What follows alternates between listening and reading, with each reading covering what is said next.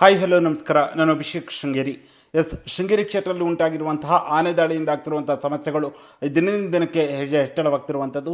ಕಳೆದ ಒಂದು ವಾರದ ಅಂತರದಲ್ಲಿ ಇಬ್ಬರು ಕೂಡ ಆನೆ ದಾಳಿಯಿಂದ ಈಗ ಜೀವವನ್ನು ಕಳೆದುಕೊಂಡಿರುವಂಥದ್ದು. ಈ ಎಲ್ಲ ಸಮಸ್ಯೆಗಳು ನಡುವೆಯೂ ಕೂಡ ಶೃಂಗೇರಿ ಕ್ಷೇತ್ರ ನಿರಂತರವಾಗಿ ಆನೆ ಹಿಡಿಯುವ ಕಾರ್ಯವು ನಡೀತಿರುವಂಥದ್ದು.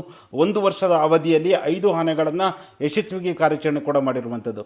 ಎಲ್ಲ ವಿಚಾರಗಳಿಗೆ ಮಾತಾಡೋದು ನಮ್ಮ ಜೊತೆ ಶೃಂಗೇರಿ ಕ್ಷೇತ್ರದ ಶಾಸಕರು ಹಾಗೆ ನವೀಕರಿಸಬಹುದಾದ ಇಂಧನ ಅಭಿವೃದ್ಧಿ ನಿಗಮದ ಅಧ್ಯಕ್ಷರಾಗಿರುವಂಥ ಶ್ರೀಯುತ ಟಿ ಡಿ ರಾಜೇಗೌಡರು ನಮ್ಮ ಜೊತೆ ಇದ್ದಾರೆ. ಸರ್, ಕಾರ್ಯಕ್ರಮಕ್ಕೆ ಆತ್ಮೀಯ ಸ್ವಾಗತ.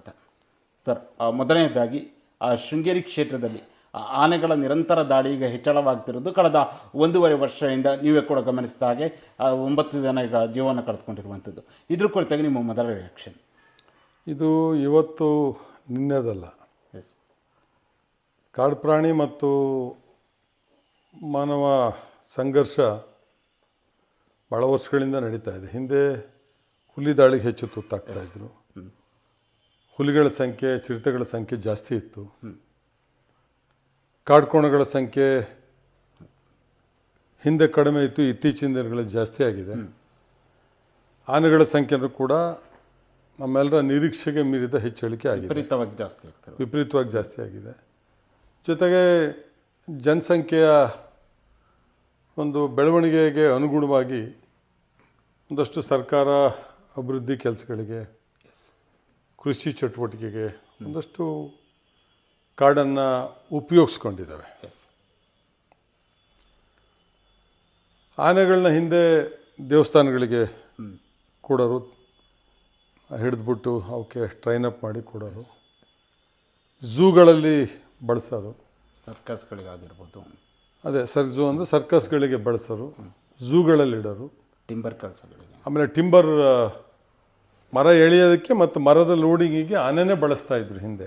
ಇವತ್ತು ಅದಕ್ಕೆಲ್ಲದಕ್ಕೂ ವೈಲ್ಡ್ ಲೈಫ್ ಆ್ಯಕ್ಟು ಕಡಿವಾಣ ಹಾಕಿದೆ. ಆ ಕಾರಣಗಳಿಂದ ಆನೆ ಸಂಖ್ಯೆ ಜಾಸ್ತಿ ಆಗಿರೋಂಥದ್ದನ್ನು ನಾವೆಲ್ಲರೂ ಒಪ್ಕೊಳ್ಳೇಬೇಕಾಗ್ತದೆ.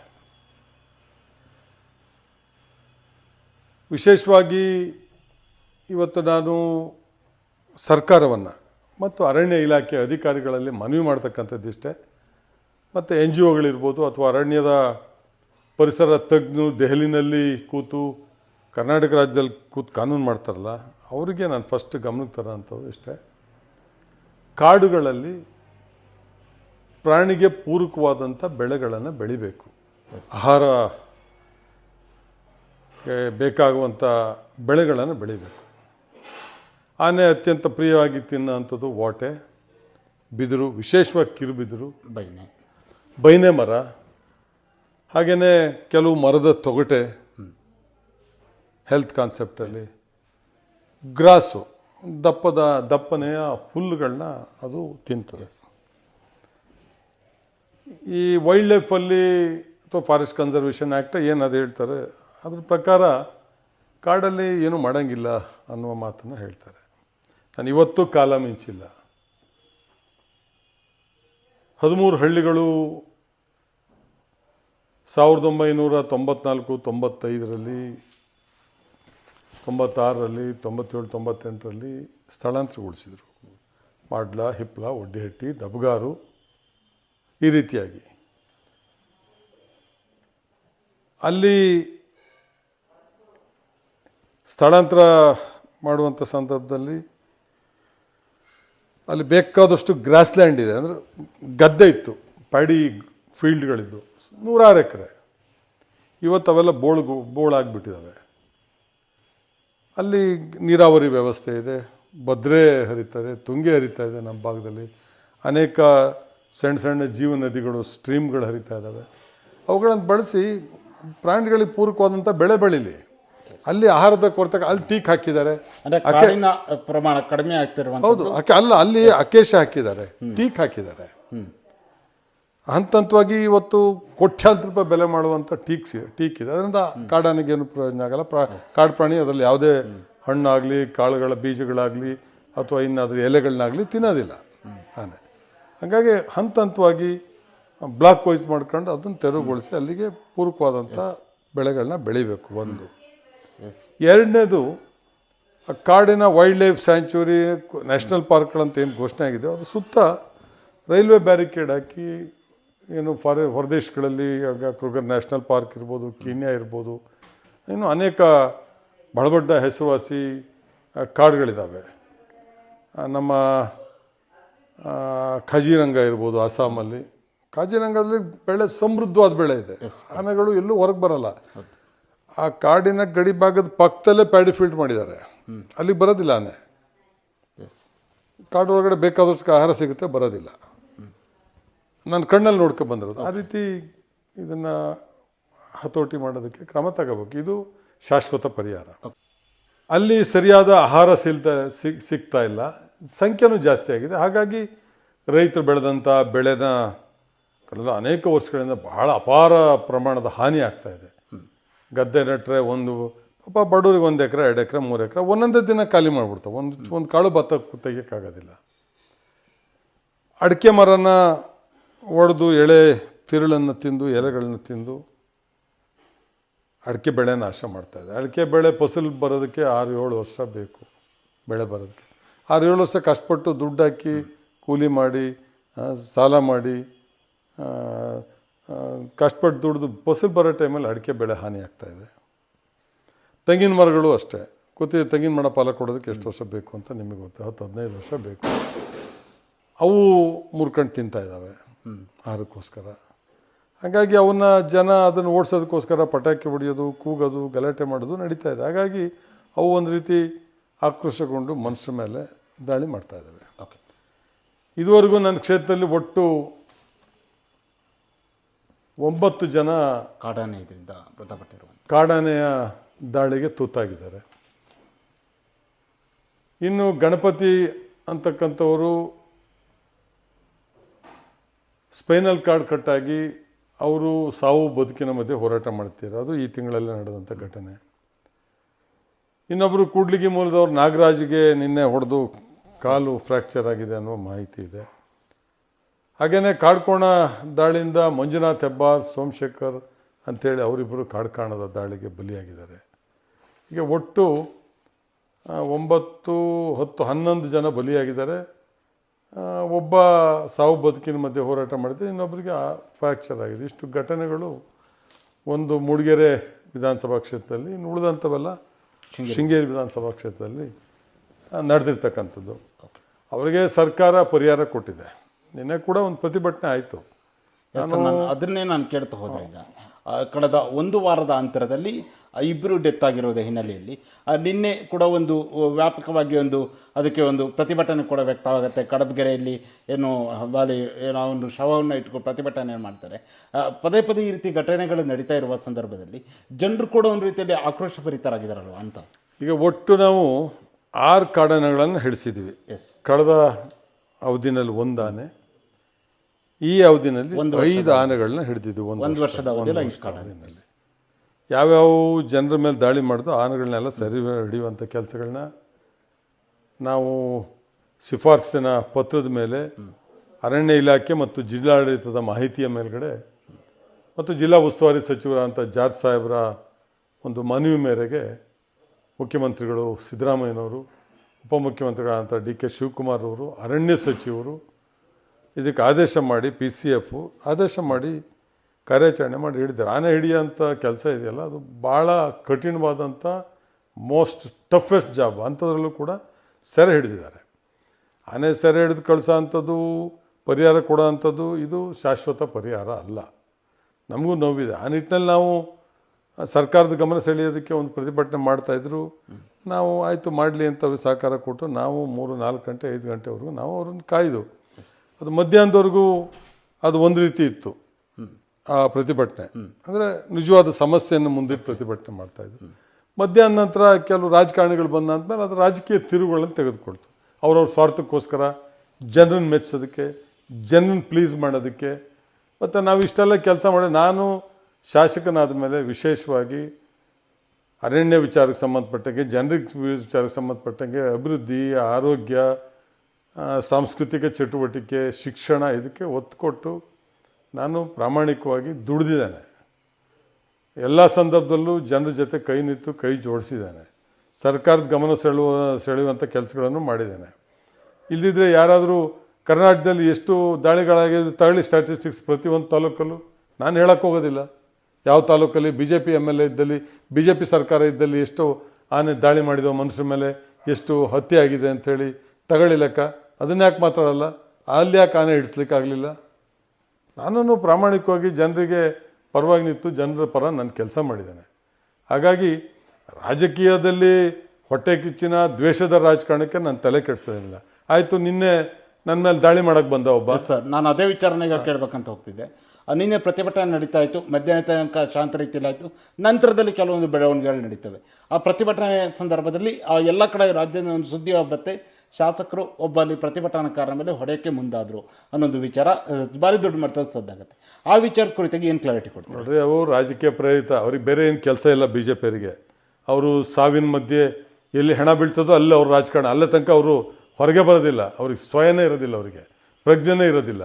ಎಲ್ಲಾದರೂ ಹೆಣ ಬಿತ್ತು ಅಂದ್ರೆ ಅಲ್ಲಿ ಅವ್ರು ರಾಜಕಾರಣ ಮಾಡೋಕ್ಕೆ ಬರ್ತಾರೆ. ಇದನ್ನು ನಾನು ನೋಡಿದ್ದೀವಿ. ಇಡೀ ರಾಜ್ಯದಲ್ಲಿ ಬಹುತೇಕ ಕಡೆ ಇದು ನಡೀತಾ ಇದೆ. ತೀರ್ಥಹಳ್ಳಿ, ಚಿಕ್ಕಮಗಳೂರು ಹೊರತುಪಡಿಸಿಲ್ಲ, ಮೂಡಿಗೆರೆ ಹೊರತುಪಡಿಸಿಲ್ಲ, ಆಗ್ತಾ ಉಂಟಿದ್ದು. ಅದಕ್ಕೆಲ್ಲ ನಾನು ತಲೆ ಕೆಡಿಸ್ಕೊಳಲ್ಲ. ಜನರಿಗೆ ಏನು ನ್ಯಾಯ ಒದಗಿಸ್ಬೇಕು, ಜನರ ಪರ ನಿಂತು ಕೆಲಸ ಮಾಡಿದ್ದೇನೆ. ಅವನೊಬ್ಬ ಒಂದು ಕೆಟ್ಟ ಪದ ಬಳಸಿ ನನ್ನ ಮೇಲೆ ಹೊಡೆಯೋರಂಗೆ ಬಂದ, ನುಗ್ಗಿ. ಹೌದು, ನಾನು ಅವ್ನು ಹಿಂದಕ್ಕೆ ತಳ್ಳಿದ್ದೀನಿ. ಹಂಗಾರೆ ಅವ್ನ ಕೈಲಿ ಹೊಡ್ಸ್ಕೊಂಬಿಡ್ಲ ನಾನು? ತಪ್ಪೇನಿದೆ ಅದರಲ್ಲಿ? ಬೆಳಗ್ಗೆಯಿಂದ ಸುಮಾರು ಆನೆ ಹಿಡಿಯುವ ಕಾರ್ಯಾಚರಣೆ, ಅವ್ರ ಜೊತೆಗೆಲ್ಲ ಸಂಪರ್ಕ ಮಾಡಿ, ಸರ್ಕಾರದೊಟ್ಟಿಗೆ ಮಾತಾಡಿ, ಜಿಲ್ಲಾಡಳಿತದೊಟ್ಟಿಗೆ ಮಾತಾಡಿ, ಏನು ಸಾವನ್ನಪ್ಪಿದ್ರು ಆ ಸ್ಥಳಕ್ಕೆ ಹೋಗಿ ಅವರಿಗೂ ಎಲ್ಲ ಸಾಂತ್ವನ ಹೇಳಿ, ಧೈರ್ಯ ಹೇಳಿ, ಸರ್ಕಾರದಿಂದ ಕೊಡುವಂಥ ಎಲ್ಲ ಪರಿಹಾರದ ಬಗ್ಗೆನೂ ಕೂಡ ಸರ್ಕಾರದ ಗಮನಕ್ಕೆ ತಂದು, ಮೊನ್ನೆ ಅರಣ್ಯ ಸಚಿವರ ಗಮನಕ್ಕೆ ತಂದು, ಜಿಲ್ಲಾ ಉಸ್ತುವಾರಿ ಸಚಿವರ ಗಮನಕ್ಕೆ ತಂದು ಅವ್ರಿಗೆ ಪರಿಹಾರ ಕೊಡುವಂಥ ಕೆಲಸಗಳನ್ನ ಚೆಕ್ ಸಮೇತ ನಾವು ಹೋಗಿದ್ವಿ. ಅವರು ಅದನ್ನು ಒಪ್ಪಲಿಲ್ಲ. ಇಲ್ಲ, ನಾವು 50 ಲಕ್ಷ ಕೊಡಬೇಕು, 1 ಕೋಟಿ ಕೊಡಬೇಕು. ಆಯಿತು, ಕಾಡ್ಕೋಣ ದಾಳಿಗೆ ಜೀವರಾಜ್ ಇದ್ದಾಗ ಒಬ್ಬರು ಹಸುನಿಗಿರಿ ಎಷ್ಟು ಲಕ್ಷ ಕೊಟ್ಟಿದ್ದಾರೆ? ಎಷ್ಟು ಲಕ್ಷ ಕೊಟ್ಟು ಹೇಳ್ಬೇಕಲ್ಲ ಅವರು? 5 ಲಕ್ಷ ಕೊಟ್ಟು ಕೈ ತೊಳ್ಕೊಂಡಾರೆ. ಇವತ್ತು ನಮ್ಮ ಮುಖ್ಯಮಂತ್ರಿಗಳು ಸಿದ್ದರಾಮಯ್ಯನವರು ಸರ್ಕಾರ ನೇತೃತ್ವದ ಸರ್ಕಾರ ಇವತ್ತು 20 ಲಕ್ಷ ರೂಪಾಯಿ ಮಾಡಿದೆ. ಏನು ಇವ್ರು ಮಾಡಿದ್ರಾ? ಪ್ರತಿಭಟನೆ ಮಾಡೋರು ಮಾಡಿದ್ರಾ? ಇದನ್ನೆಲ್ಲ ನೋಡಬೇಕಲ್ಲ. ಯಾವುದೇ ಹೋರಾಟಗಳು ಸಂವಿಧಾನದ ಒಳಗಡೆ ಇರಬೇಕು. ಒಬ್ಬನ ಉದ್ದೇಶಪೂರ್ವಕ ಟೀಕೆ ಮಾಡೋದು, ಒಬ್ಬನ ಉದ್ದೇಶಪೂರ್ವಕ ಟಾರ್ಗೆಟ್ ಮಾಡೋದು, ದಾಳಿ ಮಾಡೋಕ್ಕೆ ಬರೋದು, ನೂಕಕ್ಕೆ ಬರೋದು, ಬಾಯಿಗೆ ಬಂದಾಗ ಮಾತಾಡೋದು, ಅದು ಪ್ರತಿಭಟನೆ ಅಲ್ಲ. ಪ್ರತಿಭಟನೆ ಯಾವತ್ತೂ ಆರೋಗ್ಯಕರ ಪ್ರತಿಭಟನೆ ಆಗಿರಬೇಕು. ಅಂಥ ಪ್ರತಿಭಟನೆಗಳನ್ನ ನಾವು ಅತ್ಯಂತ ಗೌರವದಿಂದ, ಅತ್ಯಂತ ಸಂಯಮದಿಂದ ನಾವು ಆಲಿಸಿದ್ದೇವೆ. ಸರ್ಕಾರದ ಗಮನಕ್ಕೂ ಕೂಡ ತಂದಿದ್ದೇವೆ. ಸರ್ಕಾರ ಶಕ್ತಿ ಮೀರಿ ಪರಿಹಾರನೂ ಕೂಡ ಕೊಟ್ಟಿದೆ. ಅದಲ್ಲದೆ ಕೆಲವು ಸಂದರ್ಭದಲ್ಲಿ ವೈಯಕ್ತಿಕವಾದಂಥ ಪರಿಹಾರನೂ ಕೊಟ್ಟಿದ್ದು. ಇವ್ರು ಯಾರು 1 ರೂಪಾಯಿ ಕೊಟ್ಟಿದ್ದಾರಾ? ನಾನು ವೈಯಕ್ತಿಕ ಕೊಟ್ಟಿದ್ದಾನೆ, ಜಾರ್ಜ್ ಸಾಹೇಬರು ಕೊಟ್ಟಿದ್ದಾರೆ. ಸಿದ್ದರಾಮಯ್ಯನವರು BJP ಸರ್ಕಾರ ಇದ್ದಾಗ, ವಿರೋಧ ಪಕ್ಷದ ನಾಯಕರಾಗಿದ್ದಾಗ ಮೂಡಿಗೆರೆಯಲ್ಲಿ ಒಂದು ದಾಳಿಗೆ ಒಂದು ಮಹಿಳೆ ತುತ್ತಾದರು. ಸ್ವತಃ ಸಿದ್ದರಾಮಯ್ಯನವರೇ ಬಂದು ಅವ್ರ ಕೈಯಿಂದ ಪರಿಹಾರ ಕೊಟ್ಟಿದ್ದಾರೆ. ಇವ್ರು ಯಾರು ಕೊಟ್ಟಿದ್ದಾರೆ? BJPಯವರು. ಜೀವರಾಜ್ ಕೊಟ್ಟಿದ್ದಾರೆ ಯಾರಿಗಾರು ಹೇಳಿ? ಆಯಿತು, ಗದ್ದೆ ಮನೆ ವಿಶ್ವನಾಥ್ ಈಚೆಗೆ ಬಂದು ಕೊಡ್ತಾ ಇದ್ದಾರೆ. ಅವ್ರ ಬಗ್ಗೆ ನನ್ನ ತಕರಾರಿಲ್ಲ. ಅವರು ಒಂದಷ್ಟು ಪಾಪ ಈ ರೀತಿ ತುಳಿದುಕೊಳ್ಳೋದವ್ರಿಗೆ ಅವ್ರು ಕೈದಂಥ ಸಹಕಾರ ಮಾಡಿದ್ದಾರೆ. ನಾನು ಅವ್ರಿಗೆ ಅಭಿನಂದನೆ ಸಲ್ಲಿಸ್ತೇನೆ. ನಿನ್ನೆ ಪ್ರತಿಭಟನೆಯಲ್ಲಿ ಅವರು ಕೂಡ ಭಾಗವಹಿಸಿದ್ರು. ಅವರು ಕೂಡ ವಿಚಾರಗಳನ್ನ ಪ್ರಸ್ತಾಪ ಮಾಡಿದರು. ಎಲ್ಲೂ ದೇಶದ ಭಾವನೆ ಅವರಿಂದ ಬರಲಿಲ್ಲ. ಇವರು ಅಲ್ಲೇ ಹಚ್ಚಾಕೋದು, ಅಲ್ಲೇ ಗಲಾಟೆ ಮಾಡೋದು, ಅಲ್ಲೇ ಹೊಡ್ಸಾಡೋಂಥದ್ದು ಮಾಡಿದರು. ಕೊನೆಗೆ ಅವರ ಕುಟುಂಬದವರು, ಅಲ್ಲಿಯ ಶಾಸಕರು ಮತ್ತು ಅವ್ರ ಕುಟುಂಬದವರೆಲ್ಲ ನಮ್ಮನ್ನು ಪರಿಪರಿ ಮನವಿ ಮಾಡಿದರು. ನಿಮ್ಮ ರಾಜಕಾರಣಕ್ಕೆ ನಮ್ಮನ್ನು ಬಳಸ್ಕೋಬೇಡಿ, ನಮ್ಮ ಸಹೋದರಿಯ ಡೆಡ್ ಬಾಡಿ ಬಳಸ್ಕೊಬೇಡಿ. ನಾವು ಡೆಡ್ ಬಾಡಿ ತಗೊಂಡು ಹೋಗ್ತೀವಿ. ನಾಳೆ ನಮ್ಮಲ್ಲಿ ವಿಶೇಷ ಕಾರ್ಯಕ್ರಮಗಳಿದೆ. ಗ್ರಾಮಗಳಲ್ಲಿ ಗ್ರಾಮ ದೇವತೆ ಹಬ್ಬ ಇದೆ. ನಾವು ಬಾಡಿ ತಗೊಂಡೋಗಿ ನಾವು ಅಂತ್ಯಕ್ರಿಯೆ ಪೋಸ್ಟ್ ಮಾರ್ಟಮ್ ಮಾಡಿಸ್ಕೊಡ್ಸಿ ಅಂತ್ಯಕ್ರಿಯೆ ಮಾಡ್ತೀವಿ. ನಾವು ಮನವಿ ಮಾಡೋದು, ಅವ್ರು ಬಾಡಿ ತಗೊಂಡೋಗ್ಲಿ, ಪ್ರತಿಭಟನೆ ನೀವು ಮುಂದುವರಿಸಿ. ಏನು ಯಾರ್ಯಾರು ಜಿಲ್ಲಾಡಳಿತ ಯಾರ್ಯಾರು ಬರ್ಬೇಕು ಬರ್ತಾರೆ, ನಿಮ್ಗೆ ಸಾಂತ್ವನ ಹೇಳೋಣ, ಅವರಿಂದ ನಾವು ಭರವಸೆಗಳನ್ನ ತಗೊಳ್ಳೋಣ ಅಂತ ಹೇಳಿದ್ರೆ ಕೇಳಲೇ ಇಲ್ಲ. ಅದು ಸ್ಮೆಲ್ ಬರ್ತಾಯಿತ್ತು ಬಾಡಿ ಆನೆಯಲ್ಲಿ ತುಳಿದಿದ್ದಾಗಿ. ಅಲ್ಲಿಗೂ ಐಸ್ ಬಾಕ್ಸ್ ತರಿಸಿಟ್ವಿ. ಒಂದು ಹಂತದವರೆಗೂ ಪ್ರತಿಭಟನೆ ಮಾಡಬೇಕು. ಯಾವುದೋ ಇನ್ನೊಬ್ರದ್ದು ಹೆಣ ಇಟ್ಕೊಂಡು ಅವರೆಲ್ಲರೂ ನಾವು ತಗೊಂಡೋಗ್ತೀವಿ ಅಂತಾರೆ. ಅಲ್ಲಿಯ ಶಾಸಕರು ಕಳಿಸ್ಕೊಡಿ ನಮಗೆ ಅಂತಾರೆ. ಅದನ್ನು ಇವ್ರು ಇಟ್ಕೊಂಡು ಅಷ್ಟೊತ್ತು ಧರಣಿ ಮಾಡೋ ಉದ್ದೇಶ ಏನು ಇವ್ರದ್ದು? ಆಯ್ತು ಇವ್ರು, ನಾನು ಅದನ್ನು ಹೇಳಿದೆ, ಆಯ್ತಪ್ಪ ಒಂದು ಜೋಳಿಗೆ ತಗೊಳ್ಳಿ, ಇಲ್ಲೆಲ್ಲ ಇದ್ದೀವಿ, ಇಲ್ಲೆಲ್ಲ ನೀವೆಲ್ಲ ಅವ್ರಿಗೆ ನ್ಯಾಯ ಕೊಡ್ಸೋಕೆ ಬಂದಿರೋರು. ನಿಮ್ಮ ಕೈಲಿ ಶಕ್ತಿ ಅನ್ನೋ ಸರ್, ದುಡ್ಡು ಹಾಕಿ ಕೊಡೋಣ, ನಾನು ಕೊಡ್ತೀನಿ, ನಾನು ಕೊಟ್ಟಿದ್ದೀನಿ, ಕೊಡೋಣ. ಆವಾಗ ಯಾರ್ದು ಸುದ್ದಿ ಇಲ್ಲ.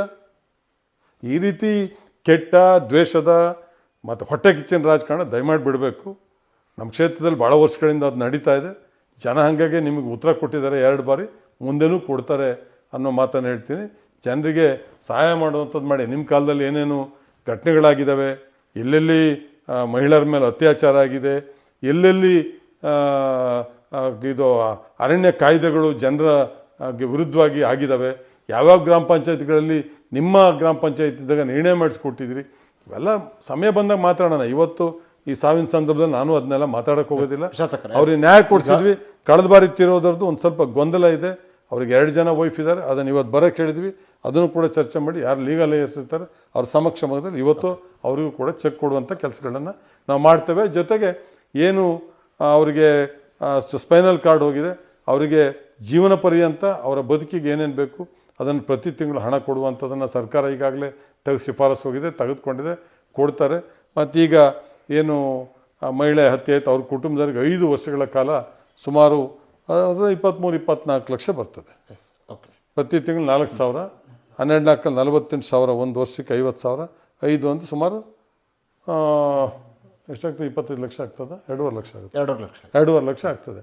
ಅದನ್ನು ಕೂಡ ಕೊಡುವಂಥ ಕೆಲಸಗಳನ್ನು ಮಾಡ್ತಾರೆ. ಅದ್ರ ಜೊತೆಗೆ ಯಾರ್ಯಾರಿಗೆ ಅಷ್ಟು ಕಳಕಳಿ ಕಾಳಜಿದೆ ವೈಯಕ್ತಿಕ ಸಹಕಾರ ಮಾಡಿ, ನಾವು ಮಾಡ್ತೀವಿ. ಮತ್ತು ಅವರ ಎಸ್ಟೇಟಿನ ಓನರು ಕೂಡ ಅವ್ರು ನಿನ್ನೆ ಸಹಕಾರ ಮಾಡಿದ್ದಾರೆ. ಅವ್ರ ತೋಟದ ಇನ್ಶೂರೆನ್ಸ್ ಇದೆ, ಬಹುಶಃ ಅದು ಅವ್ರಿಗೆ ಲಭ್ಯ ಆಗ್ತದೆ ಅಂದರೆ ಅದನ್ನು ಕೊಡುವಂಥ ಪ್ರಯತ್ನ ಮಾಡ್ತಾರೆ. ಇಲ್ಲ ಒಂದು ಕಡೆ ಸರ್ಕಾರದ ಹಣ ಪಡೋದ್ರಿಂದ ಇನ್ಶೂರೆನ್ಸ್ ಬರೋದಿಲ್ಲ ಅಂಥದ್ದು ಏನಾದ್ರು ಇದ್ದರೆ, ಕಾನೂನು ತೊಡಕಿದ್ರೆ ಆಗಲ್ಲ, ಇದ್ರೆ ಅದರಲ್ಲೂ ಇವ್ರಿಗೆ ಸಹಾಯ ಆಗ್ತದೆ. ಆ ರೀತಿಯ ನ್ಯಾಯ ಕೊಡ್ಸೋಣ. ಅದನ್ನು ಬಿಟ್ಕೊಂಡು ಯಾರ್ದೋ ಬಾಡಿ ಇಟ್ಕೊಂಡು ಅಲ್ಲಿ ರಾಜಕಾರಣ ಮಾಡೋದು, ಅಲ್ಲಿ ರಾಜಕೀಯ ಲಾಭ ಪಡೆಯುವಂಥದ್ದು ಇದೆಯಲ್ಲ, ಇದು ಒಬ್ಬ ಒಳ್ಳೆಯ ಮನಸ್ಥಿತಿಯ ರಾಜಕಾರಣ ಅಲ್ಲ ಅದು. ಓಕೆ ಶಾಸಕರೇ, ಅದಾದ ನಂತರ ಅಲ್ಲೇನು ನಿನ್ನೆ ಬಾಡಿಯನ್ನು ಅಲ್ಲಿಂದ ತೊಗೊಂಡು ಹೋಗ್ತಾರೆ. ಅದಾದ ನಂತರ ನಡೆದಂಥ ಒಂದು ಘಟನೆಗಳು ಏನು, ಅಲ್ಲಿ ಪೊಲೀಸರು ಲಾಠಿ ಚಾರ್ಜ್ ಮಾಡಿದ್ರು, ಪೊಲೀಸರ ಮೇಲೂ ಕೂಡ ಕಲ್ಲು ತೂರಾಟ ಆಗಿದೆ ಒಂದು ಘಟನೆ ಕೂಡ ನಡೀತು. ಅಲ್ಲೊಬ್ಬರು ಮಹಿಳಾ ಪೊಲೀಸ್ಗೆ ಕೂಡ ಒಂದು ರೀತಿ ಗಾಯ ಆಯಿತು. ನಂತರದಲ್ಲಿ ಒಂದು ವಿಕೋಪಕ್ಕೆ ಹೋಗಿರುವಂಥದ್ದು ಕೆಲವ್ರನ್ನ ಅರೆಸ್ಟನ್ನು ಮಾಡ್ತಾರೆ. ಅಂದರೆ ಈ ಒಂದು ಸಂದರ್ಭವನ್ನು ಅಥವಾ ಈ ಒಂದು ಘಟನೆಯನ್ನು ಸಂಪೂರ್ಣವಾಗಿ ಹ್ಯಾಂಡ್ಲ್ ಮಾಡುವಲ್ಲಿ ಪೊಲೀಸ್ ಇಲಾಖೆ ಕೂಡ ಒಂದು ರೀತಿಯಲ್ಲಿ ವಿಫಲವಾಯಿತು. ಯಾಕಂದರೆ ಏಕೈಕಿ ಪೊಲೀಸರು ಲಾಠಿ ಚಾರ್ಜ್ ಮಾಡ್ತಾರೆ. ಇದು ಎಲ್ಲೋ ಒಂದು ಕಡೆ ಜನರಿಗೆ ಇನ್ನಷ್ಟು ಕೂಡ ಆಕ್ರೋಶ ಭರಿತಾಗಲು ಕಾರಣವಾಯಿತು ಅಂತ ಅನ್ಸಲ್ವಾ? ಈಗ ನೋಡ್ರಿ, ಅದು ನಿಮ್ಮಗಳ ಅಭಿಪ್ರಾಯ. ನಾನು ಸ್ಥಳದಲ್ಲಿದ್ದೆ. ಬೆಳಗ್ಗಿಂದ ಸಂಜೆವರೆಗೂ ಎಲ್ಲ ಅಧಿಕಾರಿಗಳಿದ್ದರು, ಪೊಲೀಸ್ ಇಲಾಖೆಗಳು ಯಾರಿಗೂ ಏನೂ ಮಾಡಿಲ್ಲ, ಸಂಪೂರ್ಣ ಸಹಕಾರ ಕೊಟ್ಟಿದ್ದಾರೆ. ಸಂಜೆ ಆದಾಗೆ ಅದು ತಿರುವು ಬೇರೆ ಪಡ್ಕೊಂತು. ಒಂದು ಕಡೆ ಅವ್ರ ಕುಟುಂಬದವರೆಲ್ಲರೂ SP ಅವರೊಟ್ಟಿಗೆ DC ಅವರೊಟ್ಟಿಗೆ ನಮಗೆ ನಮ್ಮ ಬಾಡಿ ಕೊಡಿಸ್ಬಿಡಿ, ನಮ್ಮ ಬಾಡಿ ನಾವು ತಗೊಂಡೋಗ್ತೀವಿ, ನಮ್ಮ ಬಾಡಿ ನಮಗೆ ಹ್ಯಾಂಡ್ ಓವರ್ ಮಾಡಿ, ನಮಗೆ ಈ ರಾಜಕಾರಣದಲ್ಲಿ ನಾವು ಇವ್ರು ರಾಜಕೀಯದಲ್ಲಿ ನಮ್ಮ ಬಾಡಿ ಇಟ್ಕೊಂಡು ಇವ್ರು ರಾಜಕಾರಣ ಮಾಡೋದು ಬೇಡ, ತಗೊಂಡೋಗ್ತೀವಿ. ಪರಿ ಮನವಿ ಮಾಡಿರು. ಮಧ್ಯಾಹ್ನ ಮೇಲೆ ಬೆಳಿಗ್ಗೆ ಮನವಿ ಮಾಡಿರು, ಇಲ್ಲ ಸ್ವಲ್ಪ ಇರಲಿ ಅಂತೇಳಿ ನಾವೇ ಮಧ್ಯಾಹ್ನ ಮೇಲೆ ಮನವಿ ಮಾಡಿದ್ರು, ಸಾಯಂಕಾಲ ಮನವಿ ಮಾಡಿದ್ರು. ಆಮೇಲೆ ನೇರವಾಗಿ ಹೋಗಿ ಜಿಲ್ಲಾಧಿಕಾರಿಗಳಿಗೆ SP ಅವರಿಗೆ ಮನವಿ ಮಾಡಿದರು. ಅವ್ರು SP ಜಿಲ್ಲಾಧಿಕಾರಿಗಳು ಆ ಬಾಡಿನ ತಗೊಂಡೋಗಿ ಆ್ಯಂಬುಲೆನ್ಸಿಗೆ ಹಾಕೋದ್ರಲ್ಲಿ ಸಹಕಾರ ಮಾಡಿದರು. ಪೊಲೀಸ್ ಇಲಾಖೆಯವರೆಲ್ಲರೂ ಸಹಕಾರ ಮಾಡಿದಂಥ ಸಮಯದಲ್ಲಿ ಆ್ಯಂಬುಲೆನ್ಸ್ ಕಿತ್ಕೊಂಡ್ರು. ಹಂಗಾರೆ ಇದು ನ್ಯಾಯನಾ? ಅಥವಾ ನಮ್ಮದು ಮೇಯ್ನ್ ಮಣಿಪಾಲಿಗೆ ಹಾಸ್ಪಿಟ್ಲಿಗೆ, ಮಂಗಳೂರಿಗೆ, ಉಡುಪಿಗೆ ಹಾಸ್ಪಿಟ್ಲಿಗೆ ಹೋಗುವಂಥ ಪ್ರಮುಖ ರೋಡ್ ಅದು. ಆಯಿತು, ಆ್ಯಂಬುಲೆನ್ಸ್ ಬಂದಾಗ ಎಲ್ಲಿ ಬಿಡೋಕ್ಕಾಗ್ತಿದ್ದು? ಇಡೀ ಸಂಪೂರ್ಣ ರೋಡು ಅನೇಕ ಗಂಟೆಗಳ ಕಾಲ ಬಂದ್ ಮಾಡಿದ್ರಲ್ಲ, ಅದು ಅವ್ರಿಗೆ ಮಾನವೀಯತೆ ಇದೆಯಾ? ಹಾಗಾಗಿ ಅದಾದಮೇಲೆ ಅದನ್ನು ತಗೊಂಡೋಗ್ಬೇಕಾದ್ರೆ ತಡೆದ್ರು, ಆ್ಯಂಬುಲೆನ್ಸಿಗೆ ಅಡ್ಡ ಬಂದರು. ಅವಾಗಲೂ ಏನೂ ಮಾಡಿಲ್ಲ. ಯಾವಾಗ ಪೊಲೀಸ್ ಮಹಿಳೆ ಮೇಲೆ ಒಂದು ಕಲ್ಲು ಬಿದ್ದು ಅವ್ರಿಗೇನೋ ಹಣೆಯಲ್ಲಿ ಕಿವಿಗೇನೋ ಹೊಡೆತ ಬಿದ್ದಿದೆ ಅಂತ ನೀವೇ ಹೇಳ್ತಾ ಇದ್ದೀರಿ, ನನಗೂ ಅದು ನೋಡೋಕ್ಕಾಗಲಿಲ್ಲ. ಅವಾಗ ತಂದು ಕೆಲವೊಮ್ಮೆ ಹೆಚ್ಚು 4 ಲಾಠಿ ಹೊಡೆದರೆ ಕೆಲವ್ರಿಗೆ 1-2 ಪೆಟ್ಟು ಬಿದ್ದಿರ್ಬೋದು. ಜನ ಚಲಿಸೋಂಥ ಉದ್ದೇಶದಲ್ಲಿ ಆ ಬಾಡಿನ ಅವ್ರಿಗೆ ಕಳಿಸ್ಕೊಡ್ಬೇಕಾಯ್ತು ಅವರ ಕುಟುಂಬದ ಮನವಿ ಮೇರೆಗೆ. ಆ ಥರ ಏನಾರು ಆಗಿದೆ ಬಿಟ್ಟರೆ ಅದು ಆಗದಲ್ಲೇ ಇರೋ ರೀತಿಯಲ್ಲಿ ಏನೇನು ಪ್ರಯತ್ನ ಮಾಡಬೇಕು ಎಲ್ಲ ಬೆಳಗ್ಗೆಯಿಂದ ಪರಿ ಮನವಿ ಮಾಡಿದೆ. ಅವ್ರ ಉದ್ದೇಶ ಅದಿತ್ತು. ಇಲ್ಲ ಇಲ್ಲಿ ಲಾಠಿ ಚಾರ್ಜ್ ಆಗಬೇಕು, ಅಮಾಯಕರಿಗೆ ಪೆಟ್ಟು ಬೀಳಬೇಕು, ಅದ್ರ ಮುಖಾಂತರ ಅವ್ರು ರಾಜಕೀಯ ಲಾಭ ಪಡಿಬೇಕು, ದಂಡಿ ಮಾಡಬೇಕು. ಆಯಿತು, ಇವತ್ತು ಬಂದ್ ಕರೆ ಕೊಟ್ಟಿದ್ದಾರೆ. ನಷ್ಟ ಯಾರಿಗೆ? ವ್ಯಾಪಾರಸ್ಥರಿಗೆ ನಷ್ಟ. ಇವರೇನಾದ್ರು ಮನೆಗೆ ಅನ್ನ ಕೊಟ್ಟಿಯಾರ? ಏನಾರು ಅವ್ರಿಗೆ ಬದುಕು ಕೊಟ್ಟಿಯಾರ? ಆನೆ ದಾಳಿಯಾಗಿದೆ, ಆನೆ ಹಿಡಿಸಿದ್ವಿ, ಪರಿಹಾರ ಕೊಟ್ಟಿದ್ವಿ, ಶಾಶ್ವತ ಪರಿಹಾರಕ್ಕೆ ರೈಲ್ವೆ ಬ್ಯಾರಿಕೇಡಿಗೆ ಮನವಿ ಮಾಡಿದ್ವಿ, EPT ಓಡಿಸ್ತಾ ಇದ್ವಿ, ಹೇಳ್ದಲ್ಲೆಲ್ಲ ಟೆಂಟಿಕಲ್ ಫೆನ್ಸಿಂಗ್ ಮಾಡ್ತಾ ಇದ್ವಿ. ಪ್ರಕ್ರಿಯೆ ನಡೀತಾ ಇದೆ. ಎಲ್ಲದನ್ನೂ ಒಂದು ಸ್ಥಿತಿ ಮಾಡೋಕ್ಕಾಗಲ್ಲ. ಅವರಿದ್ದಾಗ ಯಾಕೆ ಮಾಡಲಿಲ್ಲ? ಅವರಿದ್ದಾಗ ಆಗಲಿಲ್ವ ದಾಳಿ? ಏನೋ ₹1 ಖರ್ಚು ಮಾಡಿದಾರ? ಹಾಗಾಗಿ ಇದು ಒಳ್ಳೆಯ ಬೆಳವಣಿಗೆ ಅಲ್ಲ. ನಾವೆಲ್ಲರೂ ಒಟ್ಟಾಗಿ ಶಾಶ್ವತ ಕಾಡು ಪ್ರಾಣಿಗಳು ಮತ್ತು ಮಾನವ ಸಂಘರ್ಷವನ್ನು ತಡೆಯೋ ನಿಟ್ಟಿನಲ್ಲಿ ಹೋರಾಟ ಮಾಡೋಣ, ಸರ್ಕಾರಕ್ಕೆ ಮನವಿ ಮಾಡೋಣ, ನಿಯೋಗ ಹೋಗೋಣ. ನಾವು ನಿಮ್ಮ ಜೊತೆ ಕೈ ಜೋಡಿಸ್ತೀವಿ. ನಿಮಗೆ ಎಷ್ಟು ಕಳ್ಕಳಿ ಇದೆಯೋ ಅದಕ್ಕಿಂತ ಹೆಚ್ಚು ನಮಗಿದೆ. ನನಗೆ ಜವಾಬ್ದಾರಿ, ಕ್ಷೇತ್ರದ ಶಾಸಕ ನಾನು, ಜವಾಬ್ದಾರಿ ಇದೆ. ನನ್ನ ನವೀಕರಿಸಬಹುದಾದ ಇಂಧನ ಅಭಿವೃದ್ಧಿ ನಿಗಮದಿಂದ ನಾನು 3 ಜೀಪ್ಗಳನ್ನ ಕೊಟ್ಟಿದ್ದೀನಿ. ನೀವುಗಳಿದ್ದಾಗ ಯಾಕೆ ಕೊಡಲಿಲ್ಲ? ನಮ್ಮ ಜಾರ್ಜ್ ಸಾಹೇಬರು ಒಂದು ಬೋಟ್ ಕೊಟ್ಟಿದ್ದಾರೆ, ಬ್ಯಾಕ್ ವಾಟರಿಂದ ಆನೆಗಳು ಈ ಥರ ಈ ಕಡೆ ದಾಟುವಂಥ ಸಂದರ್ಭದಲ್ಲಿ ಡ್ರೈವ್ ಮಾಡಿ ಆಚೆಗೆ ಅಟ್ಟೋದಕ್ಕೆ ಅಂತೇಳಿ ಬೋಟ್ ಕೊಟ್ಟಿದ್ದಾರೆ. ನೀವು ಯಾಕೆ ಕೊಡಲಿಲ್ಲ ನಿಮ್ಮ ಅಧಿಕಾರದಲ್ಲಿದ್ದಾಗ? ಅವಾಗ ಬೆಳೆ ಹಾನಿ ಮಾಡ್ತಿರ್ಲಿಲ್ವಾ? ಹಾಗಾಗಿ ಇದೆಲ್ಲ ಬಿಡಿ, ನಾವು ನೀವು ಒಟ್ಟಾಗಿ ಜನರಿಗೆ ನ್ಯಾಯ ಕೊಡಿಸುವಂಥ ಕೆಲಸಗಳನ್ನು ಮಾಡೋಣ. ನಾನು ಒಬ್ಬ ನನ್ನ ಮೇಲೆ ದಾಳಿ ಮಾಡೋಕ್ಕೆ ಬಂದ, ಅಲ್ಲಿ ಎಂಥ ಓಡ್ ಹಿಡ್ದವನು ಭಾಳ ಕೆಟ್ಟ ಪದ ಬಳಸಿ ಬಂದ. ಅವನಿಗೆ ನಾನು ಸಾಕಷ್ಟು ಸಹಾಯ ಮಾಡಿದ್ದೇನೆ ಅವನ ಕುಟುಂಬಕ್ಕೆ. ನನ್ನ ಮೇಲೆ ದಾಳಿ ಮಾಡೋಕ್ಕೆ ಬಂದಾಗ ನಾನು ಕೈಯಲ್ಲಿ ಅಡ್ಡ ಹಾಕಿ ತಳ್ಳಿ ತಪ್ಪಾಗಾದ್ರೆ ಹೇಳಲಿ, ಜನ ತೀರ್ಮಾನ ಮಾಡಲಿ, ಸಾರ್ವಜನಿಕರು ತೀರ್ಮಾನ ಮಾಡಲಿ. ಬೆಳಗ್ಗೆಯಿಂದ ಸಾಯಂಕಾಲದವರೆಗೂ ನೀವು ಮಾತಾಡಿದ್ದು, ನೀವು ಬೈದಿದ್ದು, ಧಿಕ್ಕಾರಕ್ಕೆ ಹೋಗಿದ್ದು, ಮಂತ್ರಿಗಳಿಗೆ ಧಿಕ್ಕಾರ, ಮುಖ್ಯಮಂತ್ರಿಗಳಿಗೆ ಧಿಕ್ಕಾರ, MP ಅವ್ರಿಗೆ ಧಿಕ್ಕಾರ ಎಲ್ಲ ಕೂಗಿದ್ದೀರಿ. ಎಲ್ಲದನ್ನು ಅಕ್ಸೆಪ್ಟ್ ಮಾಡಿದ್ವಿ. ಹೌದು, ನಿಮ್ಮ ಅಳಲು ನೋವು ಆ ರೀತಿ ತೋರಿಸ್ಕೊಂಡಿದ್ದೀರಿ ಅಂತ MP ಅವರು ಕೂಡ ಸ್ಟೇಟ್ಮೆಂಟ್ ಮಾಡಿದ್ದಾರೆ ಗೌರವಿತವಾಗಿ. ಮಾಡಿಲ್ವ ಅವರು? MP ಅವರು MP ಇಲ್ಲಿಗೆ ಬರ್ಬೇಕಂದ್ರೆ ಅವ್ರಿಗೆ ಕಾರ್ಯ ಒತ್ತಡ ಇರ್ತದೆ. ಮಿನಿಸ್ಟರ್ ಬರ್ಬೇಕು ಇಲ್ಲಿಗೆ, ಕಾರ್ಯ ಒತ್ತಡ ಇರ್ತದೆ. ನಾವಿದ್ದೀವಿ ಕೆಲಸ ಮಾಡೋಕ್ಕೆ, ನಾವು ಸರ್ಕಾರ. ಏನಾಗಬೇಕು ನಮಗೆ ಹೇಳಿ ನಾವು ಮಾಡ್ತೀವಿ. ಕಾನೂನಲ್ಲಿ ಇಲ್ದಲೇ ಇರೋದು, ನೀವು ಮಾಡ್ದಲೇ ಇರೋಂಥದ್ದು ನಮ್ಮಿಂದ ಮಾಡಿ ಅಂತ ಹೇಳೋದು ಇದೆಲ್ಲ ಸರಿಯಲ್ಲ. ಇವಾಗ ದಯಮಾಡಿ ಬಿಟ್ಟು ಜನರಿಗೆ ನ್ಯಾಯ ಕೊಡಿಸೋದ್ರ ಬಗ್ಗೆ ಏನು ನೀವೆಲ್ಲ ಗಂಡಾಂತರ ಮಾಡಿಟ್ಟಿದ್ದೀರಿ ಅರಣ್ಯ ಕಾಯ್ದೆಗಳನ್ನ, ಅದನ್ನು ಸರಿಪಡಿಸಿ ಜನರಿಗೆ ಹಕ್ಕು ಕೊಡುವಂಥ, ಅವ್ರಿಗೆ ಬದುಕು ಕಟ್ಟಿಕೊಡುವಂಥ ಮತ್ತು ಮಳೆ ಹಾನಿಲಿ ಏನು ಡ್ಯಾಮೇಜ್ ಆಗಿದೆ ಅದನ್ನು ಸರಿಪಡಿಸುವಂಥ ಕೆಲಸ ಮಾಡೋಣ. ಇಂಥ ಕೆಟ್ಟ ಮನಸ್ಸಿನ ಕೀಳು ಮಟ್ಟದ ರಾಜಕಾರಣವನ್ನು ಬಿಡಬೇಕು ಅಂಥೇಳಿ ನಾನು ರಾಜಕೀಯ ಮುಖಂಡಗಳಿಗೆ ಮನವಿ ಮಾಡ್ತೇನೆ. ಜನರ ಅಮಾಯಕ ಪಾಪ, ಅವ್ರಿಗೆ ಆಕ್ರೋಶ ಪಡ್ತಾರೆ, ಏನು ಬೇಕಾದ್ರೂ ಮಾಡ್ತಾರೆ, ನೋವಿರ್ತದೆ, ಅಲ್ಲಿ ಸಾವಾಗಿರ್ತದೆ, ಅವ್ರ ಕುಟುಂಬದವ್ರನ್ನ ಬಂಧುಗಳನ್ನ ಕಳ್ಕೊಂಡಿರ್ತಾರೆ. ಅವರು ಜನರ ಆಕ್ರೋಶ ವ್ಯಕ್ತಪಡಿಸೋಂಥದ್ದು ಸಹಜ. ನೀವು ಚುನಾಯಿತ ಪ್ರತಿನಿಧಿಗಳು, ಇಲ್ಲಿ ಅಧಿಕಾರ ನಡೆಸಿರ್ತಕ್ಕಂಥವ್ರು, ನೀವು ಈ ರೀತಿ ಕೇಳು ಮಟ್ಟಕ್ಕೆ ಕೇಳಿದ್ರೆ ಎಲ್ಲಿ ಹೋಗ್ತದೆ ರಾಜಕಾರಣ? ಹಾಗಾಗಿ ನಾನು ಈ ಮಾಧ್ಯಮದ ಮುಖಾಂತರ ನಮ್ಮ ಅಭಿಷೇಕ್ ಅವ್ರು ಬಂದಿದ್ದಾರೆ, ಸಹ್ಯಾದ್ರಿ ಸಮಾಚಾರ ತಾವು ಬಂದಿದ್ದೀರಿ, ಇಂಟರ್ವ್ಯೂ ಮಾಡೋಕ್ಕೆ ತುಂಬ ಸಂತೋಷ. ಜನರಿಗೆ ಒಳ್ಳೆಯ ಸಂದೇಶವನ್ನು ಕೊಡಬೇಕು ಅಂತೇಳಿ ನಾನು ನಿಮ್ಮಲ್ಲಿ ಕಳಕಳಿಯ ಮನವಿಯನ್ನು ಈ ಸಂದರ್ಭದಲ್ಲಿ ಮಾಡಲಿಕ್ಕೆ ಬಯಸ್ತೇನೆ. ಶಾಸಕರು, ಅದರ ಜೊತೆಯಲ್ಲಿ 1 ವರ್ಷದಲ್ಲಿ 5 ಕಾಡಾನೆಗಳನ್ನು ಈಗ ಯಶಸ್ವಿಯಾಗಿ ಕಾರ್ಯಾಚರಣೆ ಮಾಡಿ ಹಿಡಿದಿರುವಂಥದ್ದು. ಈಗ ಕಾಡಾನೆ ಹಿಡಿಯೋಕ್ಕೆ ಪರ್ಮಿಷನ್ ತೊಗೊಳ್ಬೇಕಾದ ಅರಣ್ಯ ಸಚಿವರಾಗಿರ್ಬೋದು, ಇಲಾಖೆಗಳು ಅಷ್ಟು ಈಸಿಯಾಗಿ ಪರ್ಮಿಷನ್ನ ಕೊಡಲ್ಲ. ನನಗೆ ತಿಳಿದ ಮಟ್ಟಿಗೆ 5 ಕಾಡಾನೆ ಅಥವಾ 6 ಕಾಡಾನೆಯನ್ನು ಹಿಡಿಯಲು ಒಂದೇ ಕ್ಷೇತ್ರದಲ್ಲಿ 1 ವರ್ಷದ ಅವಧಿಯಲ್ಲಿ ಪರ್ಮಿಷನ್ ಕೊಟ್ಟಿರುವುದು ಬಹುಶಃ ತುಂಬ ವಿರಳ ಅಂದ್ಕೊಳ್ತೀನಿ. ಈ ಕಾಡಾನೆ ಪರ್ಮಿಷನನ್ನು ಹಿಡಿಯೋಕ್ಕೆ ಅದು ಎಷ್ಟು ಕಟ್ಟಿಡ, ಯಾಕಂದರೆ ತಕ್ಷಣವಾಗಿ ಪರ್ಮಿಷನ್ ಕೊಡೋದಕ್ಕೆ ಮನವಿ ಕೊಡಬೇಕು, ಸೂಕ್ತವಾದ ಕಾರಣಗಳಿರಬೇಕು, ಒಪಿನಿಯನ್ ಬೇಕಾಗತ್ತೆ, ಎಷ್ಟು ಕಷ್ಟಕರವಾಗಿದೆ. ಕೆಲವು ಅದರಲ್ಲೆಲ್ಲ ಕೇಂದ್ರೀಯ ಫಾರೆಸ್ಟ್ ಅರಣ್ಯ ಕಾಯ್ದೆಗಳಿದ್ದಾವೆ, ವೈಲ್ಡ್ ಲೈಫ್ ಆ್ಯಕ್ಟ್ಗಳಿದ್ದಾವೆ, ಭಾಳ ಕಠಿಣವಾದಂಥ ಕಾಯ್ದೆಗಳಿದ್ದಾವೆ. ಅವನ್ನೆಲ್ಲವನ್ನು ಅವರೆಲ್ಲರಿಗೂ ಮನವರಿಕೆ ಮಾಡಿಸಿ ಒಂದು ಅನುಮತಿ ತಗೋಬೇಕಾದ್ರೆ ಭಾಳ ಕಷ್ಟ ಇದೆ. ಇವ್ರು ಬೇರೆ ಈಗ ತಗೊಂಡಿಲ್ಲಲ್ಲ, ನಾನು ಅವ್ರ ಹೆಸರು ಹೇಳಕ್ಕೆ ಹೋಗಲ್ಲ. BJP MLAಗಳಿದ್ದಲ್ಲಿ, BJP ಸರ್ಕಾರ ಇದ್ದಲ್ಲಿ ಎಲ್ಲಿ ಕಾನೂನು ತಂದು ಎಲ್ಲಿ ಹಿಡಿಸಿದ್ದಾರೆ ಹೇಳ್ರಿ? ಸುಮ್ಮನೆ ಮಾತಾಡ್ತೀರಿ ನೀವು. ಓಕೆ ಶಾಸಕರೇ, ಹಾಗೆ ಒಂದು ರೀತಿಯಲ್ಲಿ ಕಾರ್ಮಿಕ ವರ್ಗ ಕೂಡ ಭಯದಲ್ಲಿರುವಂಥ, ಯಾಕಂದರೆ ಬಹುತೇಕರು ಈಗ ಸಾವನ್ನಪ್ಪಿರುವಂಥದ್ದು 9 ಜನರನ್ನು ನಾವು ತಗೊಂಡಾಗ ತೋಟದಲ್ಲಿ ಕಾರ್ಮಿಕರಾಗಿರ್ಬೋದು, ರೈತರೇ ಹೆಚ್ಚಿನದಾಗಿ ಈಗ 9 ಜನ ಕೂಡ ಅದರಲ್ಲೂ ಎಸ್ಟೇಟಲ್ಲಿ ಕೆಲಸ ಮಾಡ್ತಿದ್ದವರೆ, ತೋಟಗಳಲ್ಲಿ ಕೆಲಸ ಮಾಡ್ತಿದ್ದಾರೆ, ಪ್ರಾಣವನ್ನು ಬಿಟ್ಟಿರೋದ್ರಿಂದಾಗಿ ಕಾರ್ಮಿಕರಾಗಿರ್ಬೋದು, ರೈತರು ಕೂಡ ಒಂದು ರೀತಿಯಲ್ಲಿ ಭಯದ ವಾತಾವರಣದಲ್ಲಿ ಇರೋದು ಸಹಜವಾಗಿ ಅವ್ರಿಗೂ ಕೂಡ ಒಂದು ರೀತಿಯಲ್ಲಿ ಆತಂಕದಲ್ಲಿರುವಂಥದ್ದು. ಕಾಡಿಗೆ ಹೋಗೋಕ್ಕಾಗಲಿ ಕೆಲಸ ಮಾಡೋಕ್ಕೆ ಕೂಡ ಒಂದು ಕಷ್ಟದ ವಾತಾವರಣ ನಿರ್ಮಾಣ ಆಗಿರುವಂಥದ್ದು. ಒಂದು ಕ್ಷೇತ್ರದ ಶಾಸಕರಾಗಿ ಕಾರ್ಮಿಕರಿಗಾಗಿರ್ಬೋದು, ರೈತರಿಗೆ ಈ ಸಂದರ್ಭದಲ್ಲಿ ಏನು ಧೈರ್ಯ ಹೇಳಕ್ಕೆ ಬಯಸ್ತೀರಾ? ನಮಗೆ ಬಹುಶಃ ಅರಣ್ಯ ವೈಲ್ಡ್ ಲೈಫ್ ಸ್ಯಾಂಚುರಿ ಏನಿದೆ ಅದನ್ನು ಹೊರತುಪಡಿಸಿ ಕೃಷಿ ಕಾರ್ಮಿಕರು, ರೈತರು ಎಲ್ಲಿ ಬದುಕನ್ನು ಕಟ್ಕೊಂಡಿದ್ದಾರೆ, ಎಲ್ಲೆಲ್ಲಿ ಮಧ್ಯೆ ಕಾಡುಗಳಿದ್ದಾವೆ, ಆ ಸುತ್ತಮುತ್ತ ಸುಮಾರು 30 ಆನೆಗಳಿದ್ದಾವೆ ಅನ್ನೋ ಒಂದು ಮಾಹಿತಿಯನ್ನು ಅರಣ್ಯ ಇಲಾಖೆಯವರು ಕೊಡ್ತಾ ಇದ್ದಾರೆ. ಈಗಾಗಲೇ 6 ಆನೆಗಳನ್ನು ಹಿಡಿದು ಸ್ಥಳಾಂತರ ಮಾಡಿದ್ದಾವೆ. ಉಳಿದಂಥವು ರೈತರು ಜಮೀನು ಹಿಡುವಳಿ ಬದುಕನ್ನು ಕಟ್ಕೊಟ್ಟ ಗ್ರಾಮಗಳ ಸುತ್ತಮುತ್ತ ಇರುವಂಥ ಕಾಡಾನೆಗಳನ್ನು ಹಿಡಿದು ಕಾಡಿಗೆ ಕಳಿಸಿ, ಅರಣ್ಯ ಪ್ರಾಣಿಗಳು ಅರಣ್ಯದಲ್ಲಿ ಅದಕ್ಕೆ ಪೂರಕವಾದಂಥ ಒಂದು ಆಹಾರದ ವ್ಯವಸ್ಥೆಯನ್ನು ರೂಪಿಸಿ, ಇಲ್ಲಿ ಪರಿಹಾರ 20 ಲಕ್ಷ ಕೊಡ್ತೀರಲ್ಲ, ಏನು ಕೊಟ್ಟರು ಬದುಕು ಕೊಡೋಕ್ಕಾಗೋದಿಲ್ಲ ಅವರಿಗೆ. ನಾನು ಇದನ್ನು ಅರಣ್ಯ ಇಲಾಖೆಗೆ, ಸರ್ಕಾರಕ್ಕೆ ನಾನು ಮನವಿ ಮಾಡೋದು ಜನರ ಪರವಾಗಿ. 20 ಲಕ್ಷನ ಅದನ್ನೇ ಕಾಡಲ್ಲಿ ಫುಡ್ ಗ್ರೈನ್ಸ್ ಬೆಳೆಸೋದಕ್ಕೆ ಬಳಸಿ. ಯಾರೋ ಕೂತ್ಕೊಂಡು ಎಲ್ಲೋ AC ಆಫೀಸ್ ಒಳಗೆ ಕೂತ್ಕೊಂಡು ಕಾನೂನು ಮಾಡಿ ವೈಲ್ಡ್ ಲೈಫಲ್ಲಿ ಏನು ಟಚ್ ಮಾಡಬಾರ್ದು, ಮುಟ್ಟಬಾರ್ದು ಅದು ಎಲ್ಲಿ? ಮತ್ತು ಸಂಖ್ಯೆ ಜಾಸ್ತಿ ಆಗಿದೆ. ಸಂಖ್ಯೆ ಹತೋಟಿಗೆ ಈಗ ಜನಸಂಖ್ಯೆ ಜಾಸ್ತಿ ಆದಾಗ ಫ್ಯಾಮಿಲಿ ಪ್ಲಾನಿಂಗ್ ಮಾಡೋದಿಲ್ವೋ ಜನರಿಗೆ? ಮನ್ಸಿಗೆ ಮಾಡ್ತೀರಾ ಇಲ್ವೋ? ಅದೇ ರೀತಿ ಪ್ರಾಣಿಗಳಿಗೂ ಮಾಡೋದಕ್ಕೆ ಕಾನೂನು ರೂಪಿಸಿ.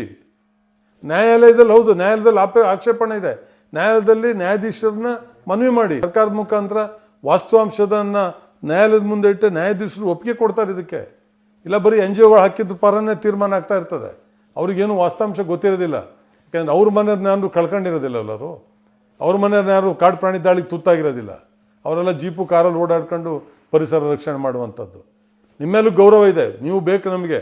ಯಾಕೆಂದರೆ ಎನ್ವೈರ್ಮೆಂಟನ್ನ ಹಾಳಾಗಕ್ಕೆ ಬಿಡಬಾರ್ದು. ಒಂದು ಸರಿ ಪರಿಸರ ಹಾಳಾದರೆ ಅದರ ವ್ಯತಿರಿಕ್ತ ಪರಿಮಾಣ ನಮ್ಮ ಮೇಲೆ ಬೀಳ್ತದೆ. ಅದು ಈಗಾಗಲೇ ತೋರಿಸಿದೆ ನಿಮಗೆ. ಕರೋನಾ, ಇನ್ನು ಹಿಂದೆ ಮಾರಕ ಕಾಯಿಲೆಗಳು, ಪ್ಲೇಗು, ಇನ್ಫ್ಲೂಯೆನ್ಸಾ, ಏನೇನೋ ಕಾಯಿಲೆಗಳು ಬಂದು ಆಕ್ಸಿಜನ್ ಕೊರತೆಯಿಂದ, ಹವಾಮಾನ ವೈಪರೀತ್ಯ, ಭೂಕುಸಿತ, ಲ್ಯಾಂಡ್ಸ್ಲೈಡು, ಆಮೇಲೆ ಅಕಾಲಿಕ ಮಳೆಗಳು, ಡ್ರಾಟು, ಇವೆಲ್ಲ ನಾವು ಎದುರಿಸ್ತಾ ಇದ್ದೀವಿ. ಹಾಗಾಗಿ ನಿಮ್ಮ ಹೋರಾಟನ ನಾನು ಟೀಕೆ ಮಾಡೋದಿಲ್ಲ. ಬಟ್ ನಿಮ್ಮ ಕಾನೂನು ರೂಪಿಸೋ ಅಂಥದ್ದು ಇದೆಯಲ್ಲ, ಅದು ವಾಸ್ತವಾಂಶ ಇರಬೇಕು. ನೀವು ಪುಸ್ತಕ ಇಟ್ಕೊಂಡು ಯಾರೋ ಯಾವುದೋ ಕಾಲದಲ್ಲಿ ಬರೆದಿದ್ದನ್ನು ನೋಡ್ಬಿಟ್ಟು ಕಾನೂನು ರೂಪಿಸಿದ್ರೆ ಇಲ್ಲಿ ಬದುಕು ಹಾಳಾಗಿ ಹೋಗ್ತದೆ. ರೈತರು ಉಳಿಬೇಕು, ಕಾಡು ಉಳಿಬೇಕು, ಕಾಡು ಪ್ರಾಣಿನ ಉಳಿಬೇಕು, ಕಾರ್ಮಿಕರು ಉಳಿಬೇಕು. ಒಂದು ಒಳ್ಳೆ ವಾತಾವರಣ ನಿರ್ಮಾಣ ಮಾಡೋದಕ್ಕೆ ಏನು ಬೇಕು ಚರ್ಚೆ ಮಾಡಿ, ಕರೀರಿ. ನಮಗೆ ಗೊತ್ತಿದೆ, ನಾವೆಲ್ಲ ಇಲ್ಲಿ ಕಾಡು ಪ್ರಾಣಿಗಳ ಮಧ್ಯೆ ಬದುಕ್ತಾ ಇರೋಂಥವ್ರು. ನಾವು ಸಲಹೆ ಕೊಡ್ತೀವಿ, ಅದನ್ನು ತಗೊಂಡು ನಮ್ಮಿಂದ ಅದು ಪೂರಕವಾದಂಥ ಸಲಹೆ ಬಂದರೆ ಅಕ್ಸೆಪ್ಟ್ ಮಾಡಿ, ಇಲ್ಲದೆ ನಮಗೆ ಅಲ್ಲಿ ತಿಳುವಳಿ ಹೇಳಿ. ಎಸ್ ಶಾಸಕರೇ, ಈಗ ಕೊನೆಯದಾಗಿ ಒಂದು ರೀತಿಯಲ್ಲಿ ಈಗ ಆನೆ ದಾಳಿ ವಿಚಾರ ಆಗಿರ್ಬೋದು, ಪ್ರತಿಭಟನೆ ಆಗಿರ್ಬೋದು, ಎಲ್ಲ ವಿಚಾರಗಳ ಕುರಿತಾಗಿ ಶಾಸಕರಾಗಿ ಕೊನೆಯದಾಗಿ ಏನು ಹೇಳಕ್ಕೆ ಬಯಸ್ತೀರಾ? ಇದಕ್ಕೆ ಜನರು ಆಕ್ರೋಶ ವ್ಯಕ್ತಪಡಿಸೋ ಅಂಥದ್ದು, ಪ್ರತಿಭಟನೆ ಮಾಡೋ ಅಂಥದ್ದು ಇದೆಲ್ಲ ಸಹಜ. ಅವ್ರ ನೋವನ್ನು ಅವ್ರು ವ್ಯಕ್ತಪಡಿಸಲೇಬೇಕು. ಅದು ಸಂವಿಧಾನಾತ್ಮಕವಾದಂಥ ಹಕ್ಕು. ಅದರಲ್ಲಿ ರಾಜಕೀಯ ಲಾಭ ಪಡೆಯುವಂಥದ್ದನ್ನು ಯಾರೂ ನೋಡಬಾರ್ದು. ನೀವೆಲ್ಲ ಒಟ್ಟಾಗಿ ಸರ್ಕಾರದ ಗಮನ ತೇಳೋದು, ಅದು ಯಾವುದೇ ಕೇಂದ್ರ ಸರ್ಕಾರ ಇರ್ಬೋದು, ರಾಜ್ಯ ಸರ್ಕಾರ ಇರ್ಬೋದು, ನಮ್ಮ MP ಅವ್ರನ್ನ ನಾವು ಉಪಯೋಗಿಸ್ಕೊಳ್ಳೋಣ, ಅರಣ್ಯ ಸಚಿವರನ್ನ ಉಪಯೋಗಿಸ್ಕೊಳ್ಳೋಣ, NGOಗಳನ್ನ ಉಪಯೋಗಿಸ್ಕೊಳ್ಳೋಣ, ಇಲಾಖೆ ಅಧಿಕಾರಿಗಳನ್ನ ಉಪಯೋಗಿಸೋಣ. ಎಲ್ಲ ಉಪಯೋಗಿಸಿ ಒಂದು ಒಳ್ಳೆ ರೀತಿಯ ನಿಯೋಗ ಹೋಗಿ ಸಲಹೆ ಕೊಟ್ಟು ಶಾಶ್ವತ ಪರಿಹಾರನ ನಾವು ಎಲ್ಲ ಸೇರಿ ಕಂಡುಕೊಳ್ಳೋಣ ಅನ್ನುವಂಥ ಒಂದು ಕಳಕಳಿಯ ಮನವಿಯನ್ನು ಮಾಡ್ತೇನೆ. ಇನ್ನು ಮುಂದೆ ನನ್ನ ಇದಷ್ಟೇ, ಸಾವಿನಲ್ಲಿ ಹೆಣ ಇಟ್ಕೊಂಡು ನೀವು ರಾಜಕಾರಣ ಮಾಡಬೇಡಿ. ನೀವು ಹೆಣ ಬೀಳೋದನ್ನೇ ಕಾಯ್ತಾ ಇರ್ತೀರಿ. ನೀವು ಅದನ್ನು ಬಿಟ್ಬಿಡಿ, ಆ ಮನಸ್ಥಿತಿಯಿಂದ ಹೊರಗೆ ಬಂದುಬಿಡಿ, ನ್ಯಾಯ ಕೊಡೋಣ ಜನರಿಗೆ ಅನ್ನುವ ಒಂದು ಕಳಕಳಿಯ ಮನವಿಯನ್ನು ನಾನು ಈ ಸಂದರ್ಭದಲ್ಲಿ ಮಾಡಲಿಕ್ಕೆ ಬಯಸ್ತೇನೆ. ನಮಸ್ಕಾರ. ಇದುವರೆಗೂ ಈ ಒಂದು ಸಂದರ್ಶನ ಭಾಗವಹಿಸಿ ಶೃಂಗೇರಿ ಕ್ಷೇತ್ರದಲ್ಲಿ 9 ಜನರ ಆನೆ ದಾಳಿಯಿಂದ ಸಾವನ್ನಪ್ಪಿದ ವಿಚಾರ ಆಗಿರ್ಬೋದು, ನಂತರ ನಡೆದಂತಹ ಘಟನೆಗಳಾಗಿರ್ಬೋದು, ನೀವು ಯಾವ ರೀತಿಯಾಗಿ ಆನೆಯನ್ನು ಹಿಡಿಸಲು ಸರ್ಕಾರದ ಗಮನವನ್ನು ಸೆಳೆದಿರಿ, ಪರ್ಮಿಷನ್ ಪಡೆದ ವಿಚಾರ, ಎಲ್ಲ ವಿಚಾರಗಳ ಕುರಿತಾಗಿ ಸುದೀರ್ಘವಾದ ಚರ್ಚೆಯಲ್ಲಿ ಭಾಗವಹಿಸಿದ್ದಕ್ಕಾಗಿ ನಮ್ಮ ಸೇರು ಸಮಾಚಾರ ತಂಡದ ವತಿಯಿಂದ ನಿಮಗೆ ಹೃತ್ಪೂರ್ವಕ ಧನ್ಯವಾದಗಳು. ನೀವು ನನಗೆ ಆ ಕಾರ್ಯಾಚರಣೆ ಮಾಡಿಸಿದ್ದಕ್ಕೆ, ಅಷ್ಟೆಲ್ಲ ಜನರ ಪರ ನಿಂತು ಹೋರಾಟೋದಕ್ಕೆ ನೀವು ನಮಗೆ ಅಭಿನಂದನೆ ಹೇಳಬೇಕು, ಟೀಕೆ ಮಾಡೋದಲ್ಲ. ನಾನು ಶಕ್ತಿ ಮೀರಿ ಜನರ ಪರ ಕೆಲಸ ಮಾಡಿದ್ದೀನಿ. ಇದನ್ನು ಜನರಿಗೆ ತಾವು ಮನವರಿಕೆ ಮಾಡುವಂಥ ಕೆಲಸಗಳನ್ನ ಮಾಡಬೇಕು. ನೀವು ಅಷ್ಟು ದೂರದಿಂದ ಬಂದಿಲ್ಲಿ ನಮ್ಮ 4 ಅನಿಸಿಕೆಗಳನ್ನ ವ್ಯಕ್ತಪಡಿಸಲಿಕ್ಕೆ ಅವಕಾಶ ಮಾಡಿಕೊಟ್ಟಿದ್ದಕ್ಕೆ, ಇದರ ಮುಖಾಂತರ ಜನಜಾಗೃತಿ ಮೂಡಿಸುವಂಥ ಒಂದು ಕೆಲಸವನ್ನು ತಾವು ಮಾಡಿದ್ದೀರಿ. ತಮಗೂ ಕೂಡ ಧನ್ಯವಾದಗಳು. ನೋಡಿದ್ರೊಳಗೆ ವೀಕ್ಷಕರೇ, ಇದು ಶೃಂಗೇರಿ ಕ್ಷೇತ್ರದ ಶಾಸಕರಾಗಿರುವಂತಹ TD ರಾಜೇಗೌಡರ ಜೊತೆಗಿನ ಈ ಒಂದು ಆನೆ ದಾಳಿಯ ಕುರಿತಾಗಿ ವಿಶೇಷ ಸಂದರ್ಶನ. ಮುಂದಿನ ವಾರ ಇನ್ನೊಬ್ಬ ವಿಶೇಷ ಅತಿಥಿ ಹೇಳ್ತೀನಿ ನಿಮ್ಮ ಮುಂದೆ ಬರ್ತೇನೆ. ನಮಸ್ಕಾರ.